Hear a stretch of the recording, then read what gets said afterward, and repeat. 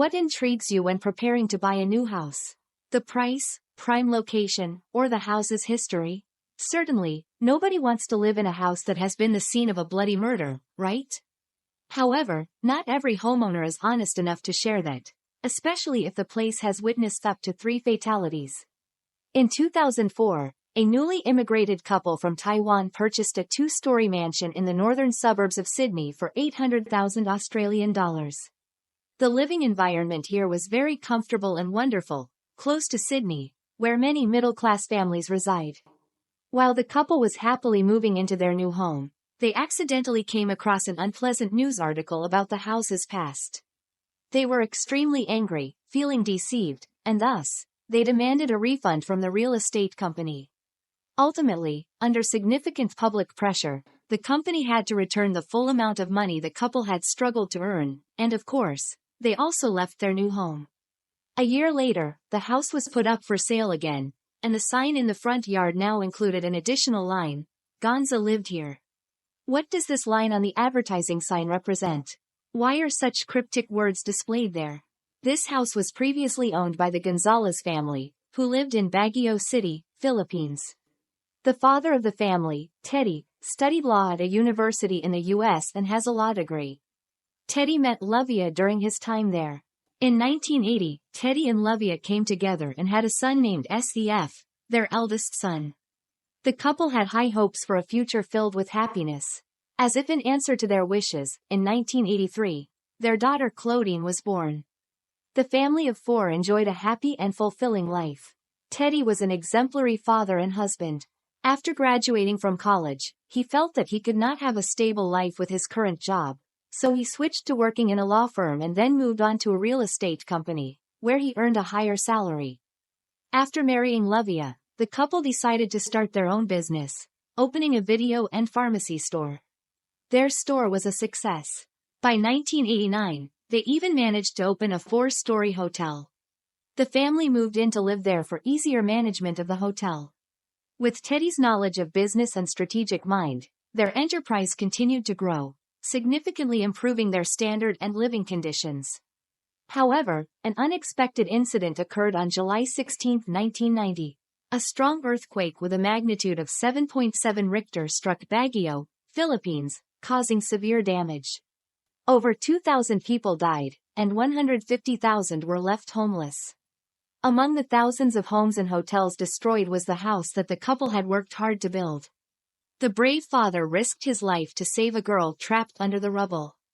The family's eldest son, SEF, also suffered serious injuries after the earthquake. Despite the hardships, Teddy decided to lead his family to a safer place. Upon arriving in Sydney, he chose to settle down and start a new life for his family there.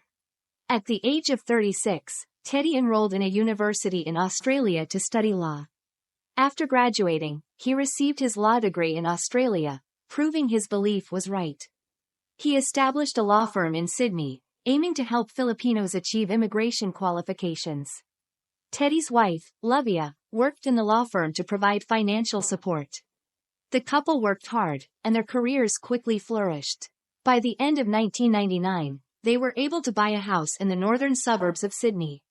The 2-story mansion was a testament to the family's love, built on the parents' great sacrifices for their 2 children. From a young age, Seth's parents had achieved excellent results, so they also hoped that their eldest son would become a doctor or a lawyer in the future. However, Seth's real passion was music. His dream was to become a rapper since he was a student. He formed a hip-hop group called Absolute Vibe and often performed at nightclubs and parties in Sydney. With relentless effort, he signed a recording contract worth $40,000 and gained his first fans on a journey with a girl willing to accompany him. Fans created a personal website for him, posting many pictures of SEF and praising his adorableness. Despite receiving much recognition, SEF retained his talent and love for music. However, his parents did not support this path and believed that music should only be a hobby. Therefore, at the age of 20, under his father's influence, SEF had to enroll at Macquarie University to study law. At the end of his first year, his parents gifted him a green Ford for his excellent academic performance. Meanwhile, his sister Claudine's talent was undeniable. Claudine was extroverted, loved talking, sports, cooking, and aspired to become a teacher, with her parents holding high expectations for both. The relationship between SEF and his sister Claudine was very good. One day, on July 10, 2001, the family had breakfast together. Both parents drove to the law firm. SEF went to school first and then interned at his father Teddy's law office. In the evening, he dined with friends, while his sister Claudine stayed home to study at 6 p.m. after work. Their Aunt Emily and her 8-year-old son visited the Gonzales family. Stopping in front of the house, she paused at the door with a strange feeling, as Livia would have welcomed her long ago. The house lights, which should have been on, were now ominously dark, and the family's 6 dogs barked excitedly at the sound of footsteps. The door was locked, and Aunt Emily rang the bell repeatedly but got no answer. She felt a bit anxious and hesitant to look into the situation inside the house and noticed a faint light from a window. It seemed like the light came from the kitchen. Emily tried to see clearly and was surprised to discover someone standing at the end of the hallway. She saw a baseball cap. Emily gradually felt uneasy. Initially, she wanted to enter through the back door but was concerned for the safety of her 8-year-old son in the car. Eventually, she decided to drive away. That night, Emily repeatedly called her sister, but the line was always busy. Later that evening, SEF was having dinner with a friend named Sam at the Planet Hollywood restaurant on York Street. Afterwards, they went to an arcade to play games. When they returned home at 11 p.m., they discovered a horrifying reality. A young man rushed to the police station, his voice full of panic. It was SEF, sobbing. "My parents have been shot, there's a lot of blood in the house." That day, the whole area was in turmoil.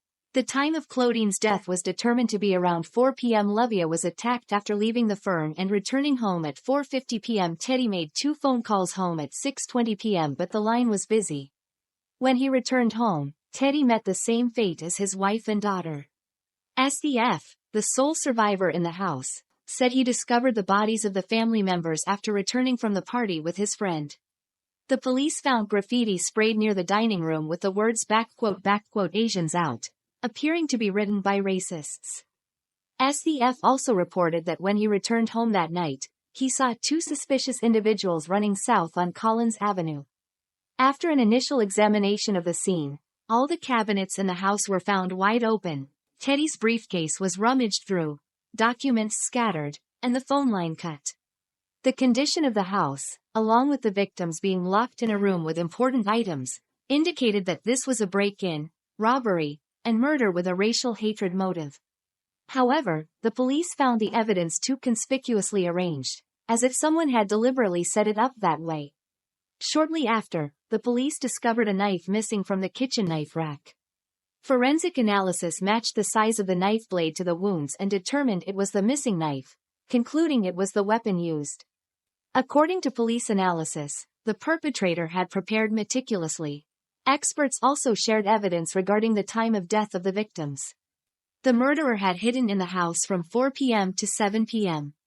Additionally, water residue on the bathroom tile floor indicated the murderer had taken a shower after committing the crime, which is clearly abnormal. It seemed like he had broken into the house with a well-thought-out plan, creating a tragedy without any hesitation. Moreover, he forged clues about the break-in, robbery, and racially motivated murder to mislead, causing confusion among the police and preventing them from quickly finding a solution. After the incident, the eldest son SEF actively cooperated with the investigation and provided many clues he believed were useful. He told the police that the murderer might be a business rival. However, his claim was not without basis, as a colleague of the father, Teddy, had overheard Teddy arguing fiercely over the phone with a Filipino real estate developer before the incident. The other party had threatened to kill his entire family. Ultimately, after thorough investigation, the police confirmed these individuals were not related to the case, and they were ruled out as suspects. A month after the incident, SEF reported to the police that he had received an anonymous email stating, "You should be thankful that you were not at home at that time. Otherwise, you would have met the same fate." SEF felt his life was threatened. He organized a press conference and offered a reward of 100,000 Australian dollars to encourage the public to help find the murderer. On July 20, 2001, a funeral for the family was held with many relatives and friends attending. During the speech, the eldest son tearfully spoke about his heartache and shared a memorable story about his relationship with his family.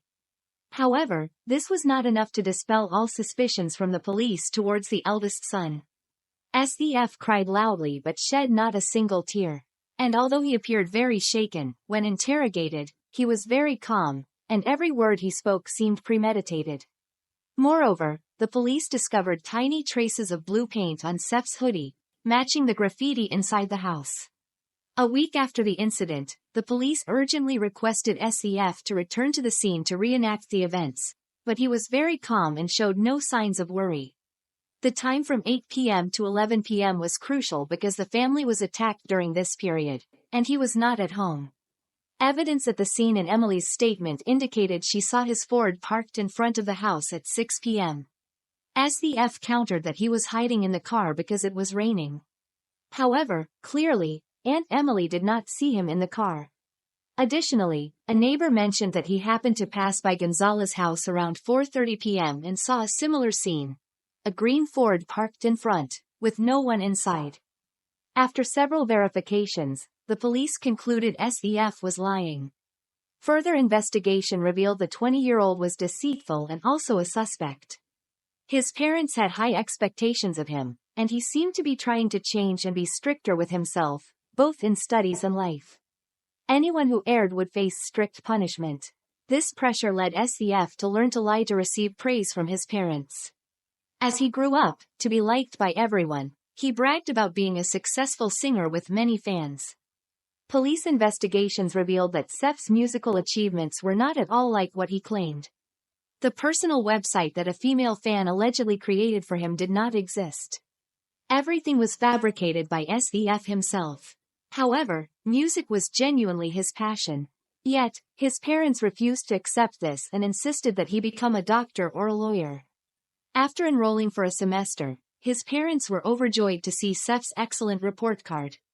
But in reality, he had failed all 4 major subjects, and the report card was falsified by him, which they eventually discovered. As a result, Seth's relationship with his parents worsened significantly. Teddy decisively confiscated the Ford car, and worse, SEF had a girlfriend while in university, but his mother, Lovia, strictly opposed and forbade it. Since then, his habit of lying became increasingly severe. After his family was murdered, SEF received a compensation of $15,000. However, he did not use this money for the funeral but instead to repair the car inherited from his mother in September 2001. 2 months after the incident, SEF sold his car. After receiving 88,000 Australian dollars, he bought a luxury car in October and made a down payment. However, the order was eventually cancelled because he failed to pay the balance on time. He did not appear as a victim who lost his family. Instead, he seemed to want to inherit his parents' assets and improve himself.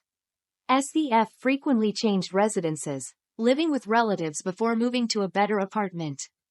In December 2001, the police once again invited Aunt Emily to the crime scene to recover her memory.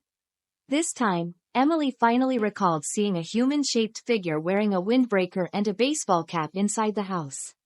The figure was about 1.65 meters tall, exactly Seth's height. The police proceeded with a search and found additional evidence. Firstly, they found a draft of the previously mentioned anonymous threatening email on Seth's computer. They also found a bottle containing poison extracted from a plant. Through investigating the medical records of the victims, the police learned that the mother, Lovia, had been hospitalized for food poisoning a few days before the incident but had been discharged after treatment. The investigation quickly continued, and more clues pointed to SEF as the murderer. On May 30, 2002, nearly a year later, SEF was found unconscious next to a drainage ditch. He claimed to have lost his memory, but doctors stated he had no physical injuries.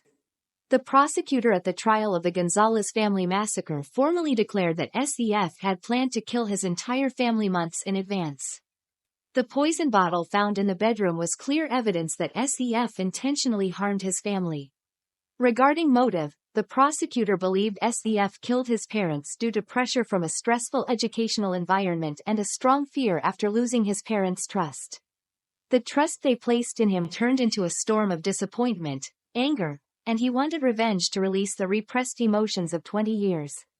His sister Claudine was also attacked for revealing Sef's forged report card, another reason for SEF to become the sole heir to the estate. Although all evidence indicated that SEF had committed murder, he never admitted guilt and continuously asserted his innocence. However, with all the evidence and motive, he had to face the law and stand trial. On September 18, 2004, Sef's 24th birthday, he was also the day he was sentenced to 3 life sentences without the possibility of parole. Currently, SEF seems to have no remorse or guilt for his actions. In November 2005, the 2-story house owned by the Gonzales family was finally sold for $720,000 Australian dollars. The buyer was fully aware of what had happened. Even though more than 10 years have passed, they still live happily there.